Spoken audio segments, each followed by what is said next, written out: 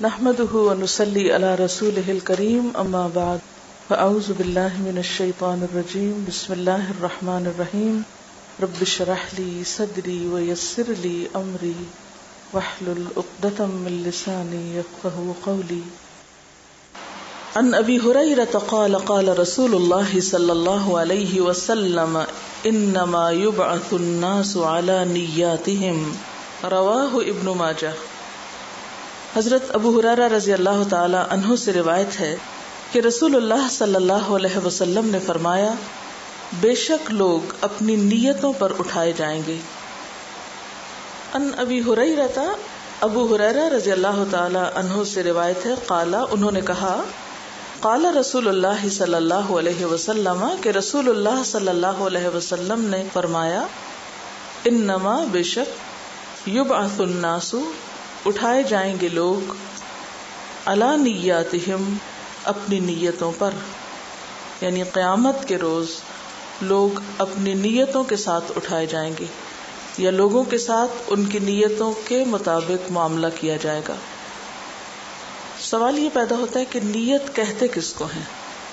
نیت کیا چیز ہوتی ہے جس کے ساتھ قیامت کے دن ہم اٹھیں گے یا جس پر ہمارا فیصلہ کیا جائے گا؟ وہ کون سی چیز ہے کہ جو اس قدر اہم ہے ہماری زندگی میں کہ ہمارا انجام اس کے ساتھ بندھا ہوا ہے؟ نیت کا لفظ عربی زبان میں نون واو یہ سے ہے. نوا ینوی کا معنی ہوتا ہے ارادہ کرنا. نیت کہتے ہیں قصد، ارادے اور دل کے عزم کو. دوسرے لفظوں میں کسی بھی کام کے کرنے کا سچا اور پکا ارادہ، ایسا ارادہ کہ جو انسان سے کام کروا بھی لے، یعنی پختہ ارادہ. اسی سے لفظ نوات نکلا ہے. قرآن پاک میں آتا ہے، ان اللہ فالق الحب والنوا. نوات گٹلی کو کہتے ہیں. گٹلی کہاں ہوتی ہے؟ پھل میں، پھل کے اندر والے حصے میں، اور اندر والے حصے میں پھر گٹلی کے اندر کا حصہ جو دراصل آگے درخت اگنے کا ذریعہ بنتا ہے، وہ مزید اس کے اندر ہوتا ہے. مثال کے طور پر اگر آپ آڑو کو دیکھیں تو آڑو میں گٹلی کہاں ہوتی ہے؟ اس کے بالکل اندر والے حصے میں، سینٹر کور میں. اور پھر اس گٹلی کا فنکشن کیا ہوتا ہے، کام کیا ہوتا ہے؟ اگرچہ وہ انتہائی چھپی ہوئی چیز ہوتی ہے، لیکن اسی کے اندر صلاحیت ہوتی ہے آئندہ مزید ایک درخت لگنے کی. پوری انفارمیشن اگلے درخت کی اس گٹلی کے اندر سٹور ہوتی. اگر دوسرے لفظوں میں آپ یہ کہیں کہ آڑو کے پورے درخت کی پلاننگ اور اس کے سارے کمپوننٹس اس گٹلی کے اندر ہوتے ہیں. اس کے اندر ایک مائکرو ٹری ہوتا ہے، یعنی پوری انفارمیشن سٹور ہے اس میں کہ اس بیج کے اندر سے کتنا بڑا درخت نکل سکتا ہے، کتنی اس کی شاخیں ہوں گی، کتنے پتے ہوں گے، کتنے پھول اس پہ لگیں گے، کتنے پھل بنیں گے، کیا اس کا سائز ہوگا، کیا ذائقہ ہوگا، کیا رنگ ہوگا، کیا خوشبو ہوگی. یہ سب کچھ، ساری انفارمیشن کہاں سٹور ہوتی ہے؟ اس مائکرو چپ میں، جس کو آپ بیج کہتے ہیں. تو اگر دوسرے لفظوں میں یہ کہا جائے کسی درخت کے اگنے کا یا آڑو کے درخت کے اگنے کا سارا انحصار اس کی گٹلی پر ہے، تو کیا یہ بات درست ہوگی؟ اس کے علاوہ کسی اور چیز پر تو نہیں. آپ اس گٹلی کے بغیر کسی اور چیز سے آڑو کا درخت نہیں لا سکتے.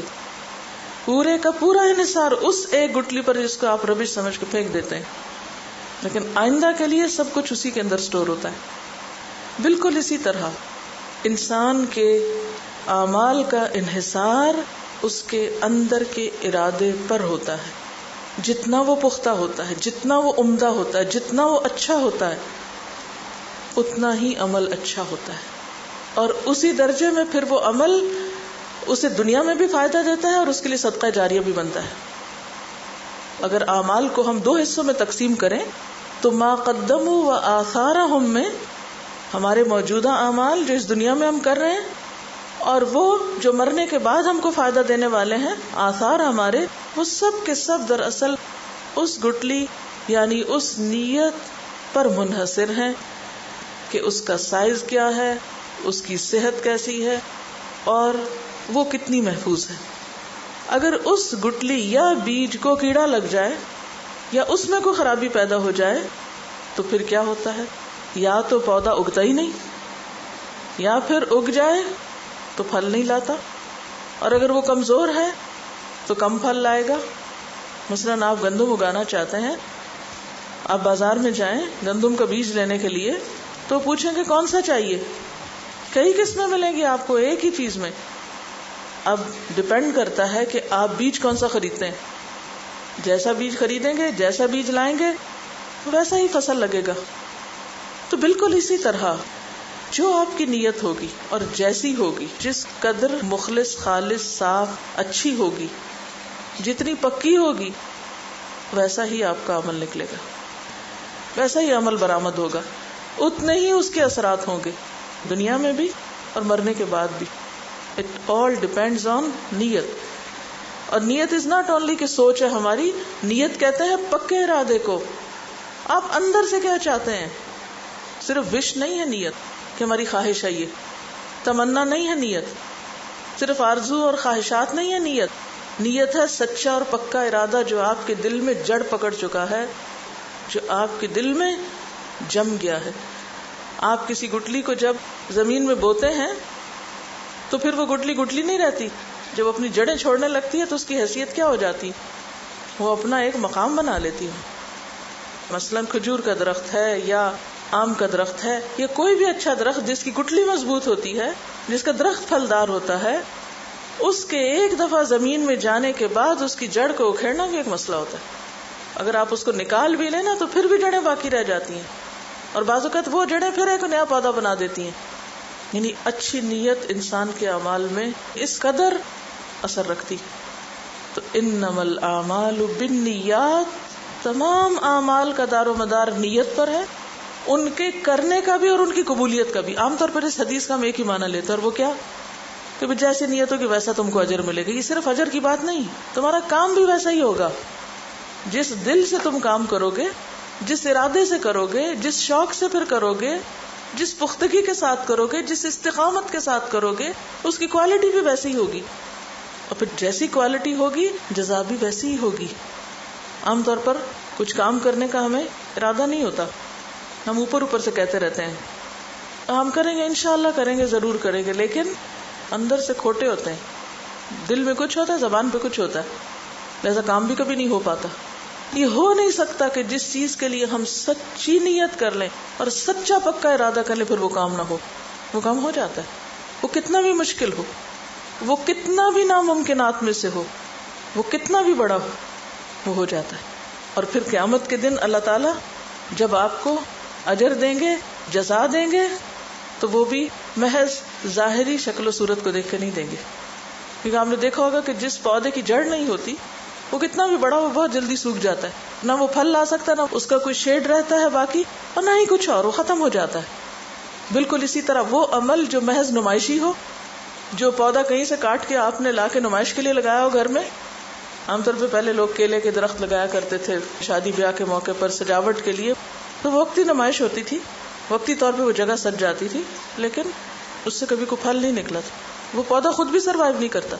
تو اسی طرح جب نیت اچھی نہیں ہوتی تو ہمارے بڑے سے بڑا نمائشی عمل جو ہے وہ بہت جل سڑ جاتا ہے، ختم ہو جاتا ہے، اس سے کچھ بھی آگے نہیں پھوٹتا، کچھ بھی نہیں نکلتا، وہ وقت کے ساتھ ہی ختم ہو جاتا ہے. اور ایک اچھی نیت سے کام کا آغاز ہو، پھر اس کے بعد اگر اس میں خلل آ جائے، مثلاً آپ نے اچھا سا بیج بویا زمین میں لیکن پھر حفاظت نہیں کی اس زمین کی، اس کے ساتھ اور جھاڑ جھنکار نکل آئے، یا پھر یہ کہ کیڑا لگ گیا اس کی جڑ کو اور آپ نے پرواہ نہیں کی، توجہ نہیں دی، تو بھی اچھا درخت نہیں نکلے گا. تو یہ بھی کافی نہیں کہ ہم ایک دفعہ اچھی نیت کر لیں، اچھا ارادہ کر لیں اور اس کے بعد غافل ہو جائیں اس سے. نہیں، پھر آپ کو اس کے ساتھ ساتھ دیکھنا پڑے گا، کیئر کرنی پڑے گی کہ کہیں ایسے تو نہیں کہ نیت بدل گئی. جنگ احد میں آپ دیکھیں کہ مسلمان کتنے جذبے اور کتنے جوش کے ساتھ گھر سے نکلے تھے. آپ صلی اللہ علیہ وسلم کا ارادہ تھا کہ مدینہ میں رہ کے جنگ لڑی جائے، لیکن کچھ لوگ اتنا شہادت کا شوق رکھتے تھے اور اتنا زیادہ جذبہ رکھتے تھے کہ نہیں، ہم باہر نکل کے جنگ کرتے ہیں. اور وہاں جا کر جب دیکھا کہ کامیابی ہونے لگی ہے اور مال غنیمت ہاتھ آ رہا ہے تو کیا ہوا، تھوڑی سی نیت بدل گئی، تھوڑا سا شوق بدل گیا. اب کیا تھا، وہ نکلے تھے جہاد کرنے، اور وہاں جا کے دنیا نظر آئی تو نیت بدلی اور فتح ناکامی میں بدل گئی. جنگ احد میں ناکامی کے اوپر اللہ تعالیٰ تبصرہ کرتے ہوئے فرماتے ہیں وَلَقَدْ صَدَقَكُمُ اللَّهُ وَعْدَهُ، اللہ نے تم سے اپنا وعدہ سچا کیا تھا. اِذْ تَحُسُّونَهُمْ بِإِذْنِهِ، جب ان کو تم تہس نہس کر رہے تھے اللہ کے اذن سے، نہیں دشمنوں کو ختم کر رہے تھے. حَتَّى إِذَا فَشِلْتُمْ، یہاں تک کہ تم پھسلے. وَتَنَازَعْتُمْ فِي الْأَمْرِ، ایک معاملے میں جھگڑنے لگے کہ اب بھی یہاں کھڑے ہوں یا مال غنیمت سمیٹنے چلے جائیں. وَعَصَيْتُمْ، اور تم نے نافرمانی کر لی. مِن بَعْدِ مَا أَرَاكُمْ مَا تُحِبُّونَ، اس کے بعد کہ تمہیں وہ چیز دکھائی گئی جس سے تم محبت رکھتے ہو. کیا تھی وہ چیز؟ مال غنیمت، دنیا کا مال. تو یہ تو ظاہری علامتیں تھیں جو نقصان کا سبب بنی، لیکن اس کے پیچھے اصل وجہ کیا تھی؟ دنیا کی محبت. پھر اللہ تعالیٰ فرماتے ہیں مِنْكُمْ مَن يُرِيدُ الدُّنْيَا، مِنْكُمْ، تم ہی میں سے بعض ایسے ہیں، مَن يُرِيدُ الدُّنْيَا، جو دنیا کمانے آئے تھے. تو جب تک اس روٹ کاز کی اصلاح نہیں ہوگی اس وقت تک اوپر کی علامات کو محض ٹریٹ کرنا کہ جھگڑا نہیں کرو، نافرمانی نہیں کرو، صرف اس پہ باز کرتے رہنا یہ کافی نہیں ہوگا. اس کی اصل تک جانا بے حد ضروری. تو وہ چیز جو ہمارے دل کو پکڑے ہوئے، جب تک اس دل کو اس کے علاوہ کوئی اور چیز نہیں پکڑتی تو عمل نہیں بدل سکتا. تو اللہ تعالیٰ قیامت کے دن انسان کو جب اس کے اعمال کا بدلہ دیں گے تو اس وقت محض ظاہری اعمال کو دیکھ کر نہیں بلکہ انسان کی نیت کے مطابق. ہمارے اعمال کیا ہیں؟ وہی جو ہماری نیتیں. ان اللہ لا ينظر الى صورکم واموالکم ولکن ينظر الى قلوبکم واعمالکم، اللہ تمہاری شکل و صورت نہیں دیکھتا اور تمہارے مال نہیں دیکھتا، وہ تمہارے دل اور تمہارے اعمال دیکھتا ہے. دل میں کیا ہے؟ نیت، ارادہ، چاہتے کیا ہو، تم کیا چاہتے ہو، اور پھر جو چاہتے ہو وہ کرتے بھی ہو، وہ تمہارے عمل میں کتنا ہے. اور یہی وجہ ہے کہ انسان کی اچھی نیت اس کے لیے بعض اوقات عمل کے بغیر بھی بہت بڑی جزا کا سبب بنتی. جیسے اچھے بیج کی بذات خود ایک ویلیو ہوتی ہے نا، اچھا بیج خریدا جاتا ہے، بکتا ہے. تو بالکل اسی طرح بعض اوقات محض نیت، اس کا بھی انسان کو اجر ملتا ہے اتنا ہی جتنا ایک کام کرنے کا. اس کے بارے میں ایک حدیث آتی ہے جو بہت ہی اہم ہے، ترمذی کی روایت ہے. قال رسول اللہ صلی اللہ علیہ وسلم انما الدنیا لاربعۃ نفر عبد رزقہ اللہ مالا وعلما فهو يتقي فيه ربه ويصل رحمه ويعمل لله فيه بحقه فهذا بأفضل المنازل، وعبد رزقه الله علما ولم يرزقه مالا فهو صادق النية يقول لو أن لي مالا لعملت بعمل فلان فأجرهما سواء، وعبد رزقه الله مالا ولم يرزقه علما فهو يتخبط في ماله بغير علم لا يتقي فيه ربه ولا يصل فيه رحمه ولا يعمل فيه بحق فهذا بأخبث المنازل، وعبد لم يرزقه الله مالا ولا علما فهو يقول لو أن لي مالا لعملت فيه بعمل فلان فهو نيته ورزق ووزرهما سواء. رواہ الترمذی. دنیا 4 قسم کے آدمیوں کے لیے، یعنی دنیا میں 4 طرح کے لوگ ہوتے ہیں. دنیا میں 4 طرح کے لوگ پائے جاتے ہیں. نمبر 1، وہ بندہ جس کو اللہ نے مال دیا ہے اور علم بھی دیا ہے. ایک وہ کیٹیگری لوگوں کی جن کے پاس مال بھی ہے اور علم بھی ہے، بس وہ اس مال کے صرف اور استعمال میں اللہ سے ڈرتے ہیں. اس مال کے استعمال میں اللہ سے ڈرتے ہیں، اور اس میں جو عمل وہ کرتے ہیں وہ اللہ کی رضا کے لیے کرتے ہیں. یعنی مال کا استعمال وہ کس کے مطابق کرتے ہیں؟ اللہ کی رضا کے مطابق. بس ایسا بندہ سب سے افضل اور اعلیٰ مرتبے پر فائز ہے، جس کو 2 نعمتیں ملی، مال بھی ملا، علم بھی ملا. اب وہ مال کو علم کے مطابق استعمال کر رہا ہے، خاص طور پر صلہ رحمی کرتا ہے اور اللہ کی پسند کے کاموں میں خرچ کرتا ہے. فرمایا یہ ہائیسٹ رینک میں ہے. دوسرا وہ بندہ جس کو اللہ نے علم تو عطا فرمایا لیکن مال نہیں دیا، بہت سمجھدار ہے لیکن مال نہیں ہے اس کے ہاتھ میں، لیکن اس کی نیت بہت سچی ہے، صادق النیت ہے، سچا پکا ارادہ ہے اس کے اندر. کس بات کا؟ وہ اپنے دل اور زبان سے کہتا ہے کہ اگر مجھے مال مل جائے تو میں بھی اس مال کو فلاں شخص کی طرح اچھے کاموں میں لگاؤں گا. یعنی پہلے شخص کو کاپی کرتا ہے جس کے پاس علم اور مال ہے. فرمایا فَأَجْرُهُمَا سَوَاءٌ، ان دونوں کا اجر برابر ہے. یعنی ایک وہ جس کو اللہ نے مال دیا اور وہ مال خرچ کر رہا ہے اچھی نیت کے ساتھ اچھی جگہ پر، اور دوسرے کے پاس مال ہے کوئی نہیں، وہ صرف اچھی نیت رکھتا ہے، لیکن اجر میں یہ دونوں برابر ہیں. اب دوسرا تو صرف نیت رکھے ہوئے ہے، کیا تو اس نے کچھ بھی نہیں، لیکن چونکہ اس کی نیت بہت سچی ہے، کھری ہے، خالص ہے، اللہ کو اس کے جذبے اور تڑپ کا پتہ ہے، لہٰذا صرف اس کے جذبے کی وجہ سے اللہ تعالیٰ اس کو اجر میں پہلے شخص کے برابر لا کھڑا کریں گے.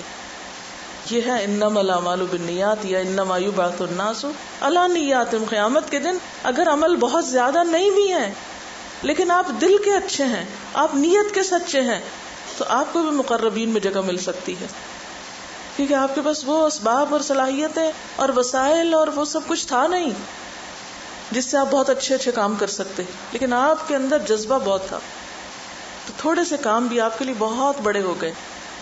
پھر ایک وہ شخص ہے جس کو اللہ نے مال تو دیا ہے مگر علم نہیں دیا. مال ہے، علم کوئی نہیں، کچھ پتہ نہیں کہاں خرچ کرنا چاہیے کہاں نہیں، بس وہ نادانی کے ساتھ خدا سے بے خوف ہو کر مال کو اندھا دھند غلط راہوں پہ خرچ کرتا ہے اور اس کے ذریعے صلہ رحمی نہیں کرتا، اور جہاں خرچ کرنا چاہیے وہاں نہیں کرتا. یہ لوگ سب سے برے مقام پر ہیں، یعنی اللہ کے نزدیک بدترین ہے کہ جن کو اللہ نے اتنا کچھ دیا لیکن وہ اس کو ضائع کر رہے ہیں. ایسا مالدار انسان اللہ کے ناپسندیدہ بندوں میں سے ہے. اور چوتھا وہ شخص ہے جس کو اللہ نے نہ مال دیا ہے نہ علم دیا ہے، محروم دونوں طرح سے، لیکن حال یہ ہے کہتا ہے اگر مال مل جائے تو میں بھی فلاں کی طرح خرچ کروں. کس کی طرح؟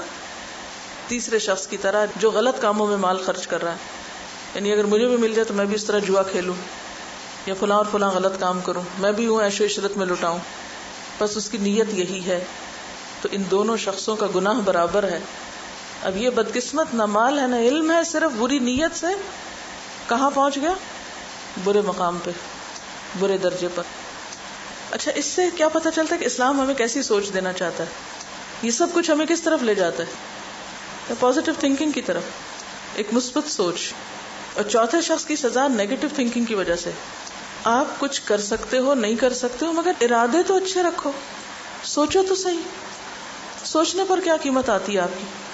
کیا مشکل؟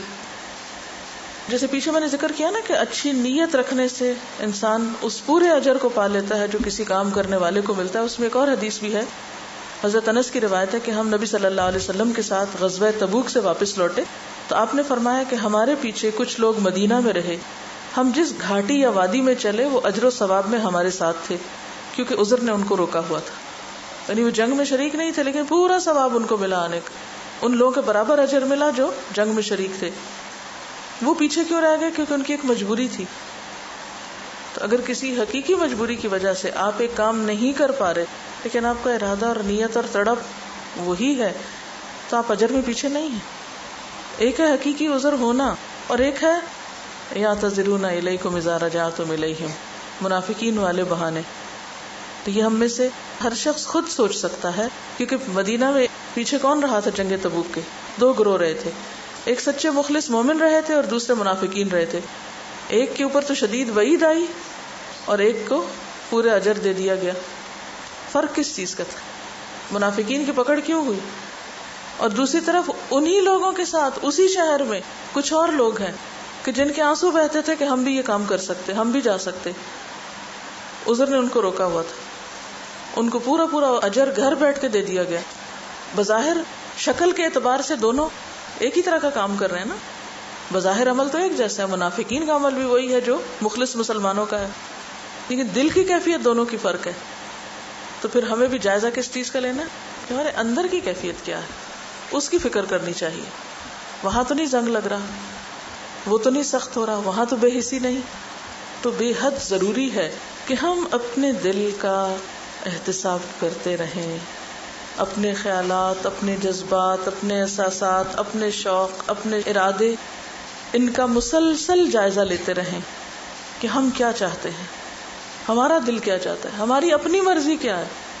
حالات تو اللہ کے ہاتھ میں نا، ہر ایک کو ہر چیز تو نہیں مل سکتی، یہ دنیا کا نظام ہی ایسا ہے. کہ ہر ایک کی مرضی کے مطابق یہ دنیا نہیں بن سکتی. اب ہمیں دیکھنا یہ ہے کہ اگر اعمال کا دار و مدار نیت پر ہے یا نیت زیادہ امپورٹنٹ چیز ہے تو پھر نیت کا اچھا ہونا کیا معنی رکھتا ہے؟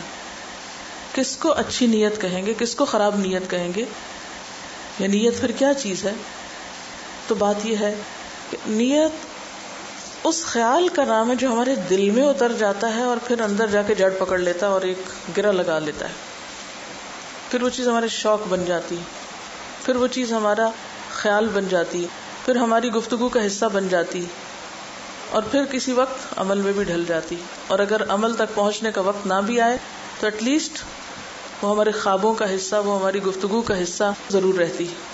یعنی مجھے لگتا ہے کہ نیت ایک طرح سے دل میں اترا ہوا وہ الہام اور وہ خیال اور وہ سوچ ہوتی ہے کہ جو ہمارے دل کو جا کے پکڑ لیتی ہے. یعنی اصل میں نیت ہے کیا؟ دل کی کیفیت کا نام ہے نا. اس نے جا کے پکڑ لیا اندر سے. اب جو چیز دل کو پکڑ لے اس کا پھر حال کیا ہوتا ہے؟ پھر کیا ہوتا ہے اس کے ساتھ؟ جو چیز آپ کے دل کو لگ جائے پھر آپ لازماً اس چیز کے حصول کے لیے خاتمہ مارنے لگتے ہیں.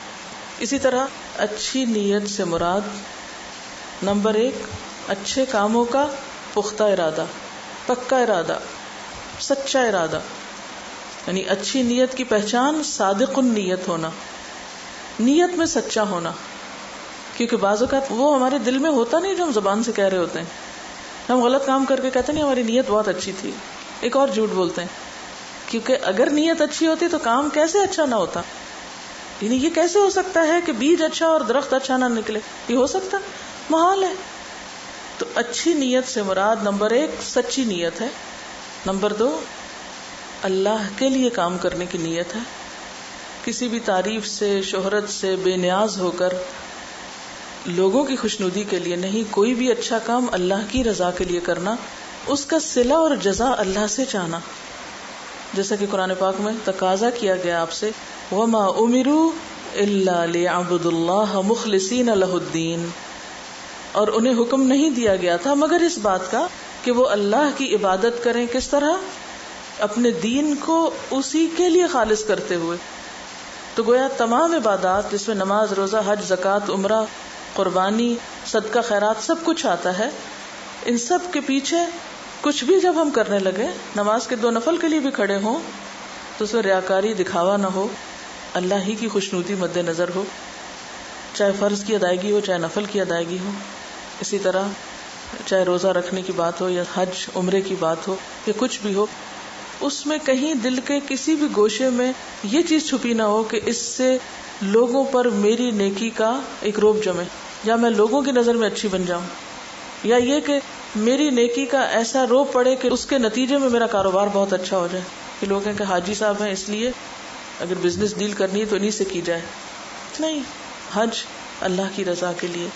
پھر اسی طرح صدقہ خیرات ہو تو احسان جتانا نہ ہو، کسی کو دے کر اذیت دینا نہ ہو. لا تبطلوا صدقاتکم بالمن والاذى كالذي ينفق ماله رئاء الناس ولا يؤمن بالله واليوم الاخر. کہ اے لوگو جو ایمان لائے ہو، اپنے صدقات کو ضائع مت کرو اس شخص کی طرح جو محض دکھاوے کے لیے مال خرچ کرتا ہے. یعنی احسان جتا کے اذیت دے کے خرچ نہ کرو اس شخص کی طرح جو دکھاوے کے لیے مال خرچ کرتا ہے اور اللہ اور یوم آخرت پر بالکل ایمان نہیں رکھتا. تو اس کا عمل کیا ہے؟ بس ظاہری وقتی عمل ہے، اس میں کوئی پائیداری نہیں، وہ پتھر پہ پڑی ہوئی مٹی کی طرح ہے. فَمَثَلُهُ كَمَثَلِ صَفْوَانٍ عَلَيْهِ تُرَابٌ فَأَصَابَهُ وَابِلٌ فَتَرَكَهُ صَلْدًا لا يقدرون على شيء مما كسبوا. ان کو اپنی کمائی کا کچھ بھی حصہ نہیں ملے گا، کچھ صلہ نہیں ملے گا. پھر اسی طرح اللہ کے رسول صلی اللہ علیہ وسلم کو باقاعدہ تاکید سے کہا گیا قل انی امرت ان اعبد اللہ مخلصا لہ الدین. مجھے حکم دیا گیا ہے کہ میں اللہ کی عبادت اپنے دین کو خالص اسی کے لیے کرتے ہوئے کروں. یعنی جو دین کا معاملہ ہے وہ خاص بندے اور رب کا معاملہ ہے، اس میں کوئی دوسرا شامل ہی نہ ہو. قل ان صلاتی ونسکی ومحیای ومماتی للہ رب العالمین لا شریک لہ وبذلک امرت وانا اول المسلمین. کہ نیکی کے کاموں میں پیچھے نہ رہے انسان، اور جو کرے اس میں پھر اللہ ہی کی رضا مقصود ہو. اور جب ایک انسان ایسا ارادہ کر لیتا ہے تو صرف اس کا ارادہ ہی اس کے لیے ایک نیکی بن جاتا ہے. من ہم بحسنۃ ولم یعملها کتبت لہ حسنہ، جس نے کسی نیک کام کا ارادہ کیا لیکن کر نہیں سکا، اس کے لیے بھی نیکی لکھ لی گئی. تو یہ انعام کس کے لیے؟ جو صرف سوچ پر ہے، جس کا ارادہ سچا ہو. اسی طرح اگر بری نیت ہوگی تو اس پر سزا بھی ہے. یہ نہیں کہ صرف اچھی نیت کی جزا ہے، بری نیت کی سزا بھی ہے. مثلا مسلم کی ایک حدیث میں آتا ہے کہ جب دو مسلمان ایک دوسرے کو قتل کرنے کے لیے لڑے تو قاتل اور مقتول دونوں جہنمی ہوں گے. آپ سے پوچھا گیا کہ قاتل تو قتل کرنے کی وجہ سے جہنم میں جائے گا، مقتول کس لیے جائے گا؟ اس کا کیا قصور؟ وہ تو قتل ہو گیا. آپ نے فرمایا وہ بھی تو دوسرے کے قتل کے در پہ تھا، وہ بھی تو اسی ارادے سے باہر آیا تھا. ایک کا ارادہ پورا ہو گیا، دوسرے کا پورا نہیں ہوا. اس نے قتل نہیں بھی کیا تو بھی اس کی سزا وہی ہے جو قاتل کی ہے، کیونکہ اس کی نیت بھی وہی تھی جو قاتل کی نیت تھی. اب دو بیک وقت ایک دوسرے کو قتل نہیں کر سکتے تھے، ایک کر گیا دوسرا نہ کر سکا. تو ایک کو سزا تو قتل کی اور دوسرے کو سزا کس چیز کی؟ محض نیت کی، محض اس کے ارادے کی. اسی طرح مہر مقرر کرنے والے کے بارے میں آپ نے فرمایا کہ جو مہر مقرر کر کے نکاح کرتا ہے اور اس کی ادائیگی کا ارادہ ہی نہیں رکھتا، وہ زانی ہے. یعنی اس نے مہر مقرر کر لیا بہت بڑا، لیکن نیت میں کیا تھا؟ دینا دلانا کس نے؟ یہ تو صرف دکھاوے کے لیے، نمائش کے لیے ہے، یہ لوگوں پہ ایک روب جمانے کے لیے کہ ہم اتنا دے سکتے ہیں، لیکن ارادہ اور نیت نہیں تھی. تو آپ نے فرمایا کہ وہ زانی ہے. اور اسی طرح جو قرض لیتا ہے اور ادا نہیں کرنا چاہتا وہ چور ہے. تو مسند احمد کی روایت ہے. یعنی کسی سے قرضہ لے لیا، کیا کہہ کے اتنے دن میں واپس کر دوں گا، لیکن یہ صرف اس کی زبان کی بات ہے، اس کے دل میں یہ بات کوئی نہیں ہے، اس کا ارادہ ہی نہیں ہے واپس کرنے کا. اور آج کل تو آپ دیکھیں کہ کتنے لوگ ہیں جو قرض لے کے واپس کرنے کے بھی سوچیں. وہ ادا کیوں نہیں کر پاتے؟ ایسا نہیں کہ صرف مجبوری کی وجہ سے، وہ اس لیے ادا نہیں کر پاتے کہ ان کی نیت ہی نہیں ہوتی ادا کرنے کی. کیونکہ جن کی نیت ہوتی ہے وہ کسی نہ کسی طرح اس کو پورا کر لیتے ہیں. لیکن ایک بات یہاں یاد رکھیے کہ اچھی نیت سے برا کام نیکی نہیں بنتا. ٹھیک ہے؟ مثلاً آپ جھوٹ بولیں اس نیت سے کہ میں کسی کو ہنسا دوں، میں کسی کا دل خوش کرنا چاہتی ہوں اس لیے جھوٹ بول رہی ہوں. میرا ارادہ اور میری نیت کیا بڑی اچھی نیت ہے میری، میں دوسروں کا دل خوش کرتی ہوں اس لیے جھوٹ بولتی ہوں. تو اس سے آپ کا برا عمل نیکی نہیں بنے گا. اسی طرح اگر کوئی یہ کہے کہ میرے دل میں حیا ہے لیکن مجھے پردے کی ضرورت نہیں ہے، تو صرف دل میں حیا رکھنے سے پردے کا حکم پورا نہیں ہوگا. ٹھیک ہے؟ تو اچھی نیت کے ساتھ اچھا کام بھی ضروری ہے، اور برے کام کے لیے اچھی نیت اس کو اچھا کام نہیں بناتی. ٹھیک ہے؟ جیسے وہ رابن ہوڈ کی کہانی پڑھی ہوگی، وہ اس لیے چوری کرتا تھا کہ غریبوں کی مدد کرے. ہمارے دین میں اس کی کوئی گنجائش نہیں ہے کہ ہم چوری کر کے کسی کی مدد کریں یا غلط کام کر کے پیسے کما کے فنڈ ریزنگ کر کے مسجد تعمیر کریں یا کوئی اسلامک سینٹر بنائیں. اس کی کوئی گنجائش نہیں ہے. تو خلاصہ کیا ہوا کہ اسلام میں ظاہریت سے بڑھ کر انسان کے اندر کی اہمیت ہے. اللہ تعالیٰ انسان کی شکل و صورت یہ صرف اس کے ظاہر کو نہیں دیکھتا، وہ اس کے دل کو دیکھتا ہے، اس کے ارادوں کو دیکھتا ہے، اس کی تڑپ کو دیکھتا ہے، اس کے جذبوں کو دیکھتا ہے. اور باقی انسان کی مجبوریاں وہ تو جانتا ہے کہ کون کس مجبوری میں ہے، تو اس سے بڑھ کر ہمارے حالات سے کون واقف ہے. اس لیے قیامت کے دن جب انسانوں کو جزا سزا ملے گی تو وہ ان کی نیتوں کے مطابق ہوگی. اس وقت میں نے 2 حدیثیں آپ کے سامنے پڑھی تھی. ایک یہ ہے کہ قیامت کے دن انسان نیتوں پر اٹھائے جائیں گے، اور دوسری یہ تھی کہ انما الاعمال بالنیات. ایک دنیا کا پہلو ہے اور ایک آخرت کا پہلو ہے. دنیا میں ہم کیا کرتے ہیں، ہماری ایکٹیویٹیز، ہماری مصروفیات کیا ہیں، جس چیز کا ہمیں شوق ہوتا ہے، جس چیز کی ہمارے نزدیک اہمیت ہوتی ہے، جو ہم چاہتے ہیں. تو یہاں بھی ہمارے اعمال بتا رہے ہیں کہ ہماری اصل نیت کیا ہے دنیا میں رہنے کی. اور آخرت کے اعتبار سے بھی وہی سامنے آئے گا جو ہمارے دلوں میں ہوگا. وَحُصِّلَ مَا فِي الصُّدُورِ. تو بنیادی طور پہ تو پھر ایک ہی چیز ہے نا، نیت، جو یہاں کے اعمال کو بھی متاثر کر رہی ہے اور وہاں کے انجام کو بھی متاثر کر رہی ہے. جتنا اللہ سے تعلق مضبوط ہوگا، وَالَّذِينَ آمَنُوا أَشَدُّ حُبًّا لِلَّهِ، جتنی اللہ کی محبت شدید تر ہمارے دل میں ہوگی اتنی زیادہ پھر نیت کی اصلاح ویسے ہی ہوتی چلی جائے گی. سبحانک اللہم وبحمدک، نشہد ان لا الہ الا انت، نستغفرک ونتوب الیک.